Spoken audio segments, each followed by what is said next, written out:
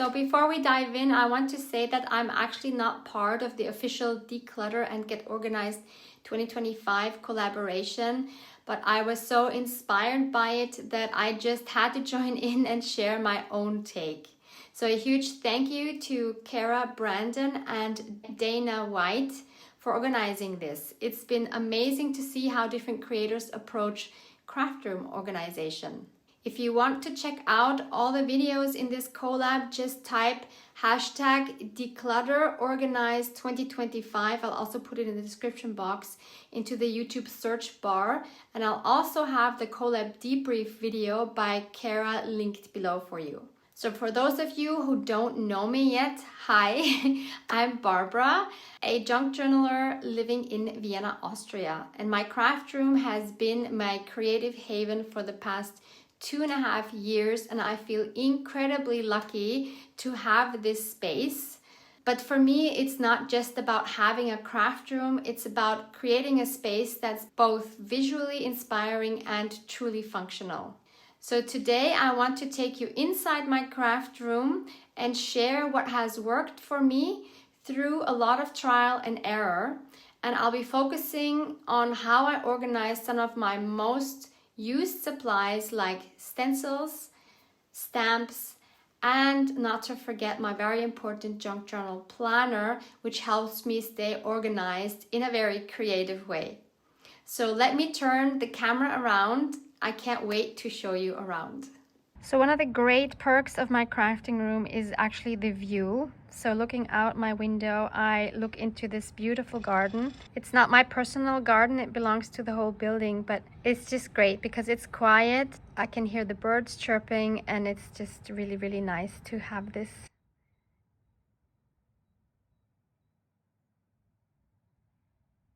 So I zoomed you out a little bit so I can just give you a brief overview of the room. So you see here in the middle of the room, I have my journal shelf. I have a cupboard on the right with some miscellaneous supplies. I have my big craft desk, which is also my computer desk in the middle of the room, which I absolutely adore. And behind me, I have this amazing craft closet, which closes up completely. More about that later, and a bookshelf in the back. And also my sewing machine is on the table behind me, so very easy to just swivel around and work on my sewing machine. This setup really works well for me. So let me show you some more details. So here's my craft desk from the other side. So where you see the glass mat here, that is the place where I craft and where I film my videos. And on the right, I have my big desktop where I usually create my digitals. And my editing for my videos, I usually do on my laptop because I like to sit on the couch being all comfy because that takes hours and hours. And you see these two lights here.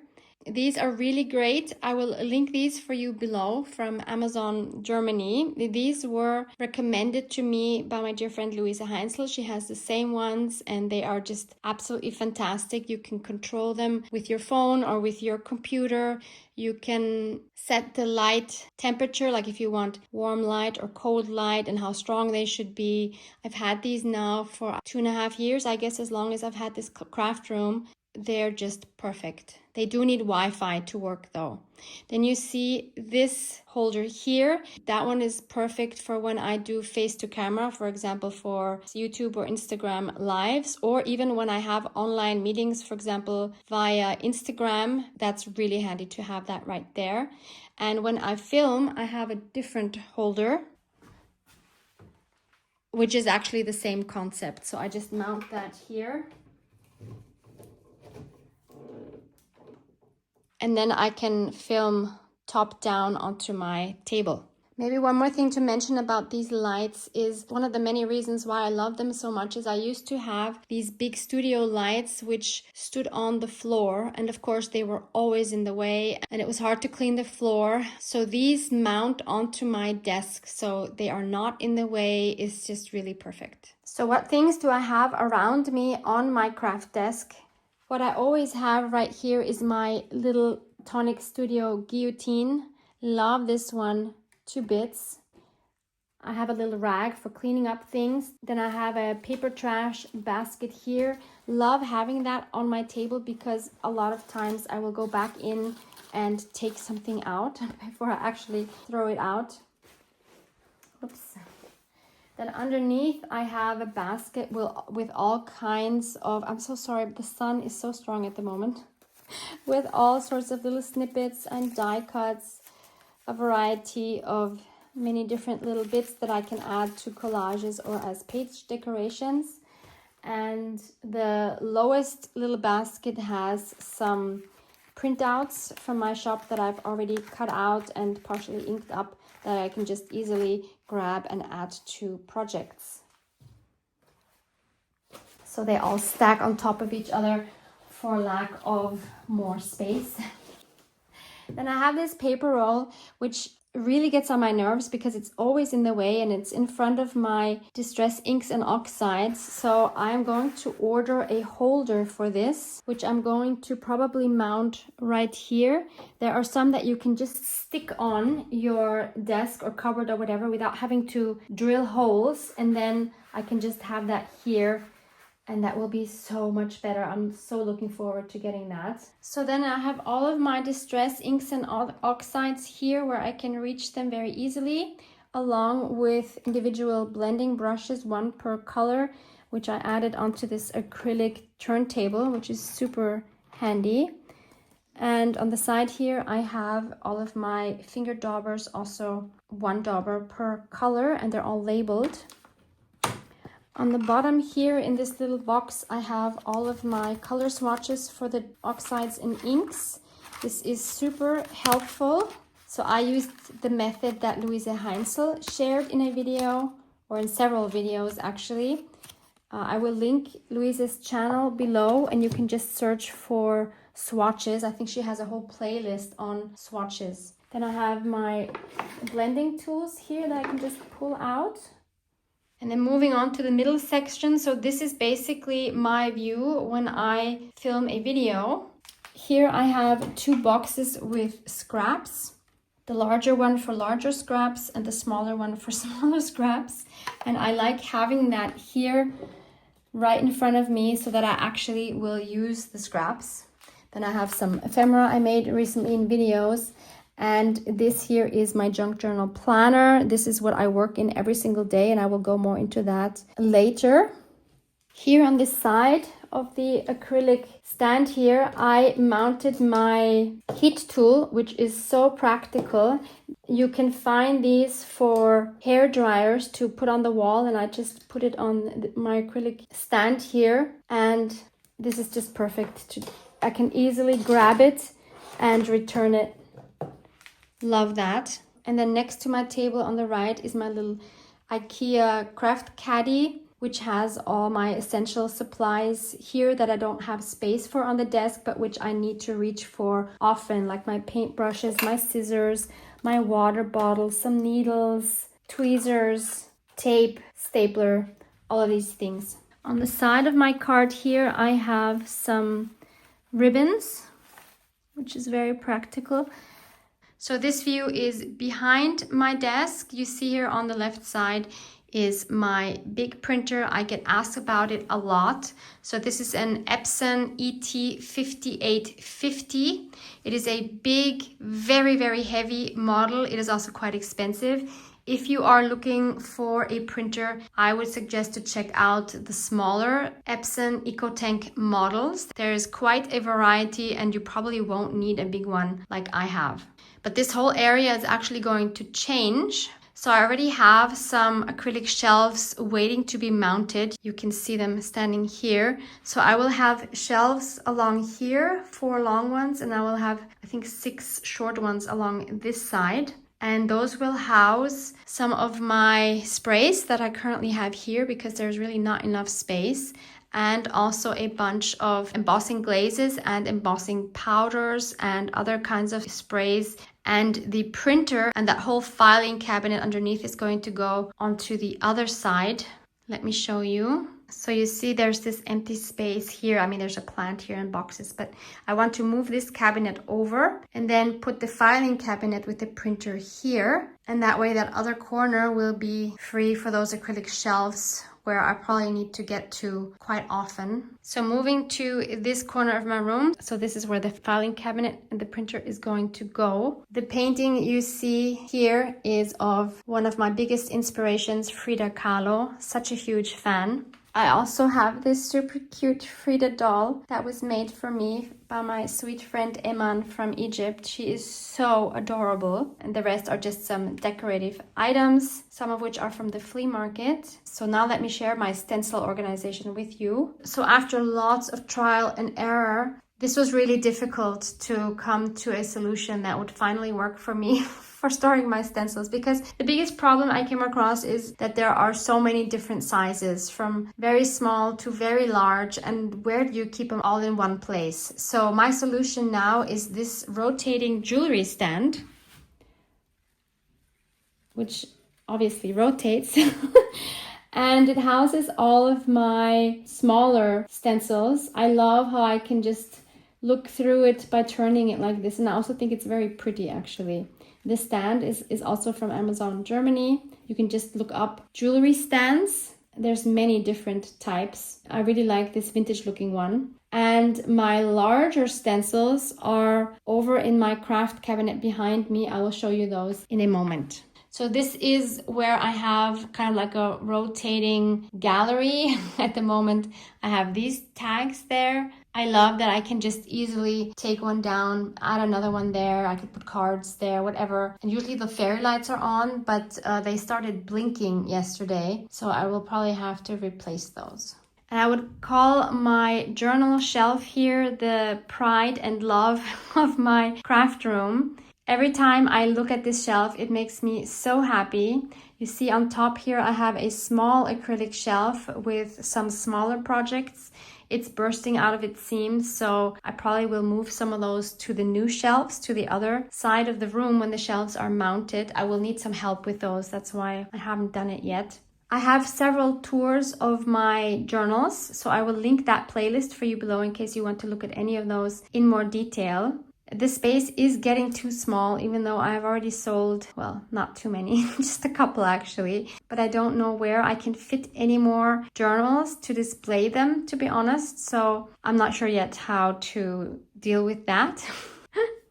So here's a closer look at my small journals and some cards that I have displayed here. So as you can see, it's way too crowded. So at least half of those will move to another shelf. And then on top here, I have this wall tattoo, which is so cute. This makes me smile every time I see it. It says on the left here, believe in yourself. And you can just look for wall tattoo on Amazon or wherever. And they have so many cute ones. And I love this so much. It looks so much more magical when the fairy lights work. So I'm very sad that now for this video, they're not working. But what can I do? So on the left here, you see a dream catcher. This one is from Egypt. So I have very fond memories. And here, of course, you might recognize this is my logo. This is the original piece where my logo came from. It is a piece I created during December 2022, I believe. I don't remember what the prompt was, but love the outcome. And that was not planned to become my logo, but it was just so fitting. And I love the piece so much that I had to, of course, display it like this. And the hook that it's on is actually a scale, which I bought at a thrift shop in the Netherlands. And then here I have some cabinet cards in this little box. In the back here I have some vintage stamps that I actually always forget about. They're number stamps mostly.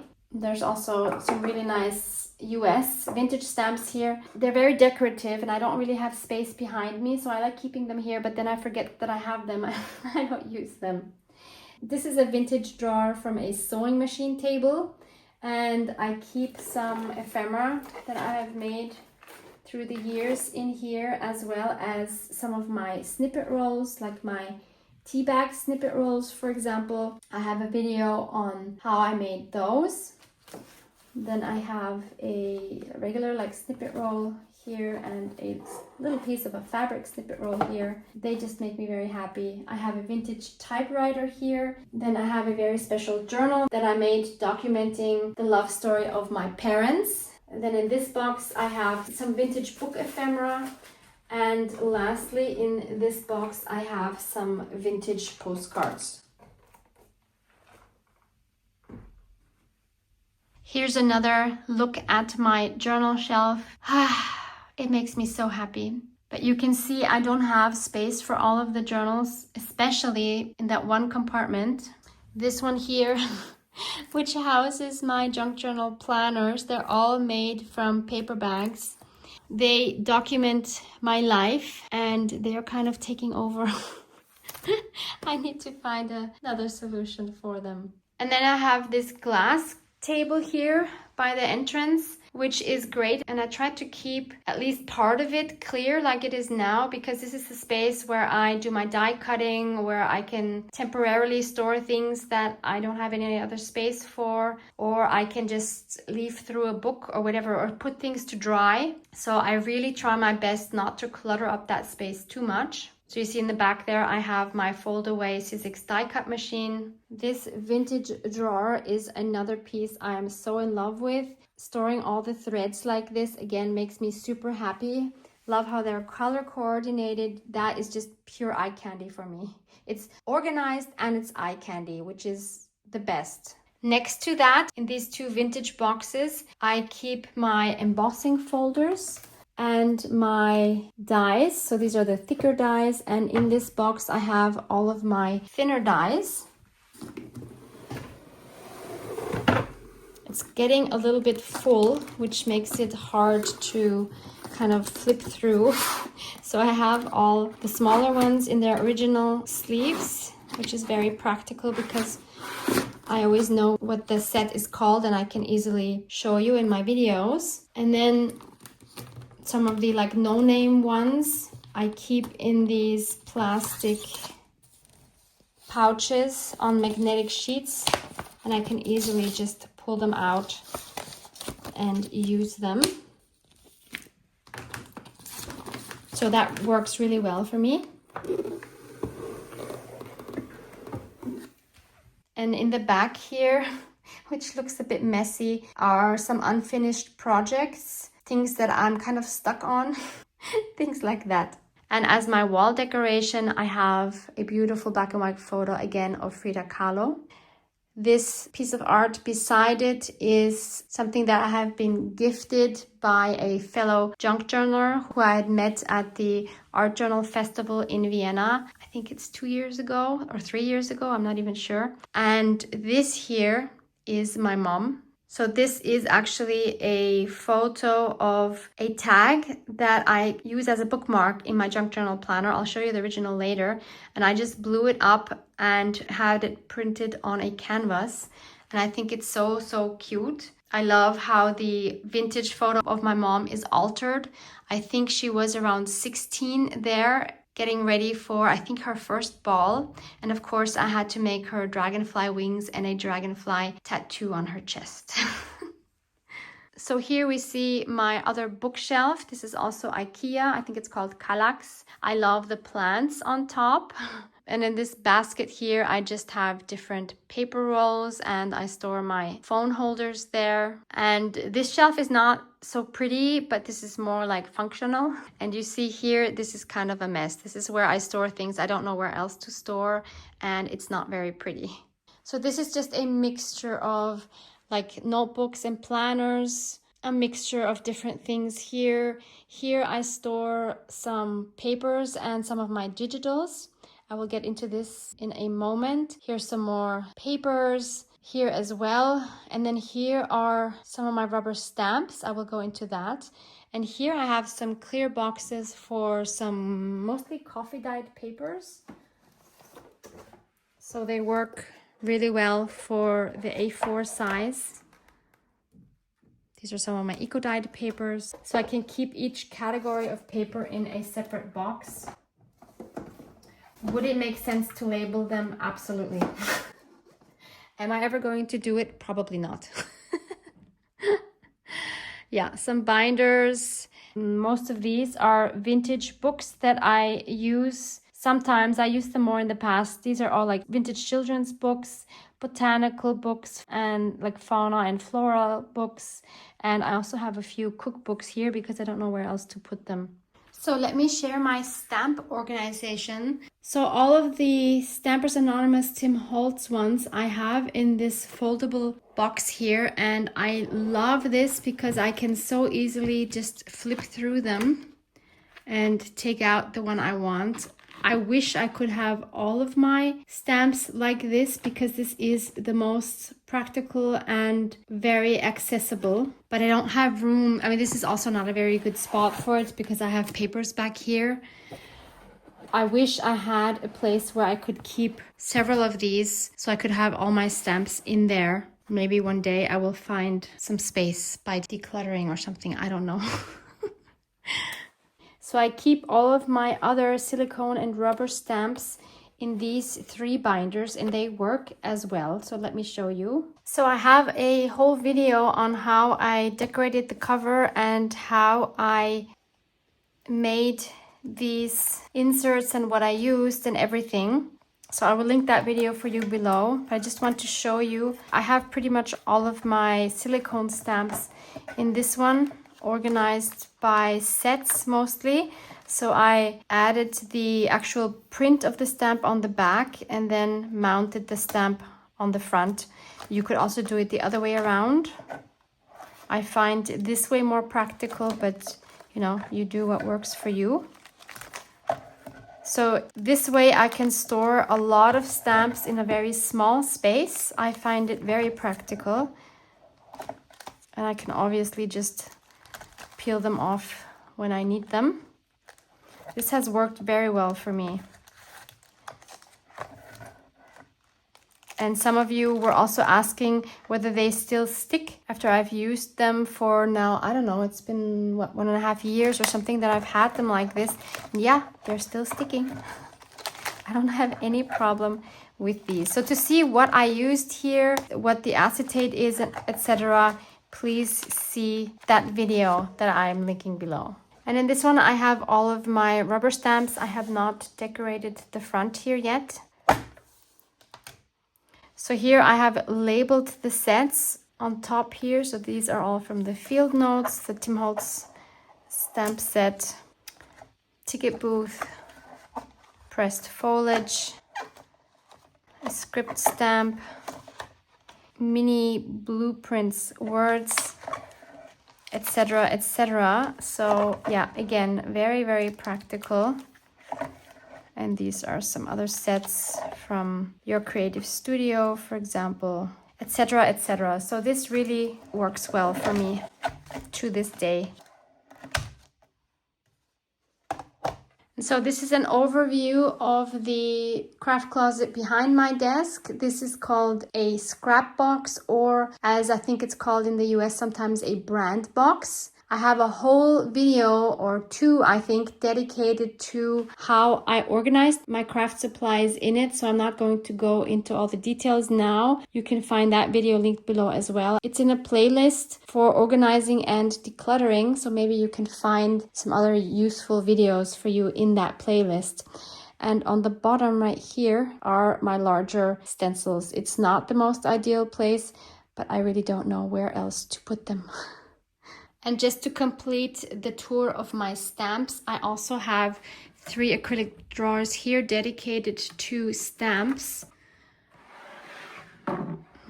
So these are some of my wooden stamps. I love these very much. I have already decluttered these. These are my favorites that I don't want to let go. I also have some larger wooden stamps in this drawer, as well as a few like letter sets and things like that. A lot of these I got secondhand. And then my third drawer has some more stamp sets, alphas, numbers, fairies, even my 12-digit roller stamp. So lastly, I want to share my planning system. So this is my current junk journal planner, which I started in January and will go 4 months until the end of April. So every 4 months I create one of these. They are made out of grocery paper bags. They are squishy and soft and huggable. The spine grows as the planner grows. So for example, this one is not very full yet because I'm just at the end of January here. But if you compare, this was the previous one for the last 4 months of 2024. You see there is quite a difference, and you see how beautifully the spine grows. So I always use fabric on the front. Love the way they feel, love how flexible they are. And then I always have one signature per month. I use coffee dyed paper as my base, and then I add my monthly digital kit, which I create every single month as a planner kit, as a background kit without any of the planner details on it, and ephemera. You can find my shop link below in case you're interested in any of my kits. I don't want to go too much into detail because I have a whole playlist dedicated to plan with me. So I always have a cover page for the month. Then I have a monthly overview. I have a step tracker, and all of these kits are not dated. So that means you can use any kit for any month. And then on the left side, I always have my week. And on the right side, I have space to add ephemera and my to-do lists. I usually do that in a fun, creative way. So here I have my to-dos on a tag here, for example. For January, I used my Twilight Tales kit. I also love adding cards that I receive. I kind of skipped this week for some reason. I don't know why. So again, here's a belly band, and I have my to-dos on the back of that ticket.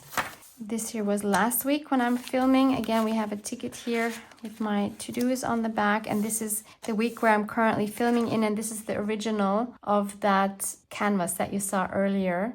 And this is made from a chocolate packaging. And I already have my February set up with my latest kit called Watercolor Meadows.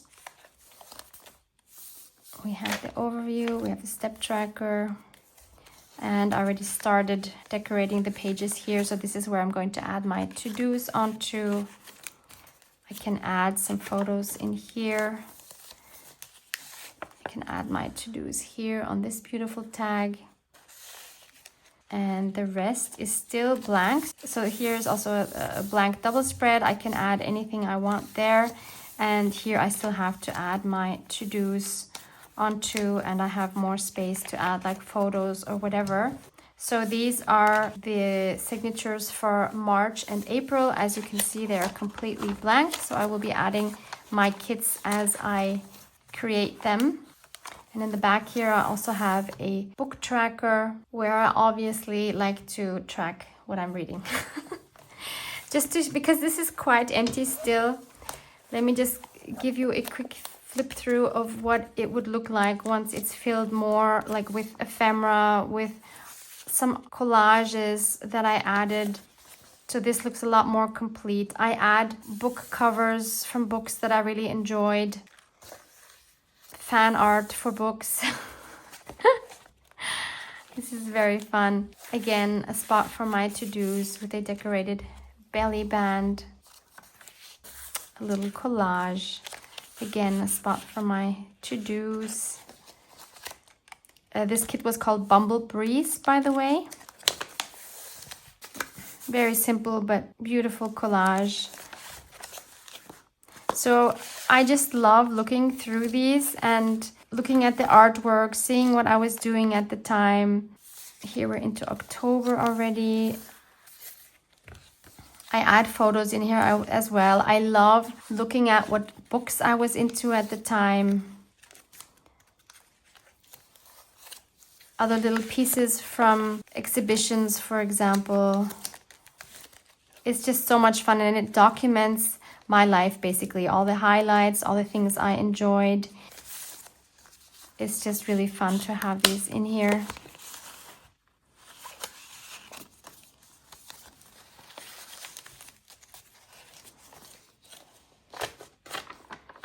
private writing underneath here. Oh, see, I left this page blank for some reason. Yeah, so here you can see some photos from my last Egypt vacation in November.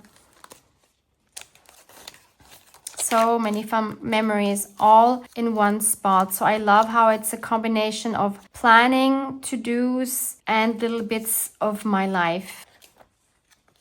Tracking all of my fitness, photos, etc. So yeah, these planners are really my life. And I love them to bits. If you're interested in learning how to make these planners step by step, please check the video link below called Got a Paper Bag. And I'm also linking my whole Plan With Me series for you, where you can watch how I move from month to month and plan my life. So that's a little look into how I keep my craft space organized and inspiring. I hope this gave you some ideas or inspiration for your own creative space. Let me know in the comments what's your biggest challenge when it comes to organizing your craft supplies. I'd really love to hear your thoughts. Thanks so much for watching, and I'll see you in the next one. Mwah!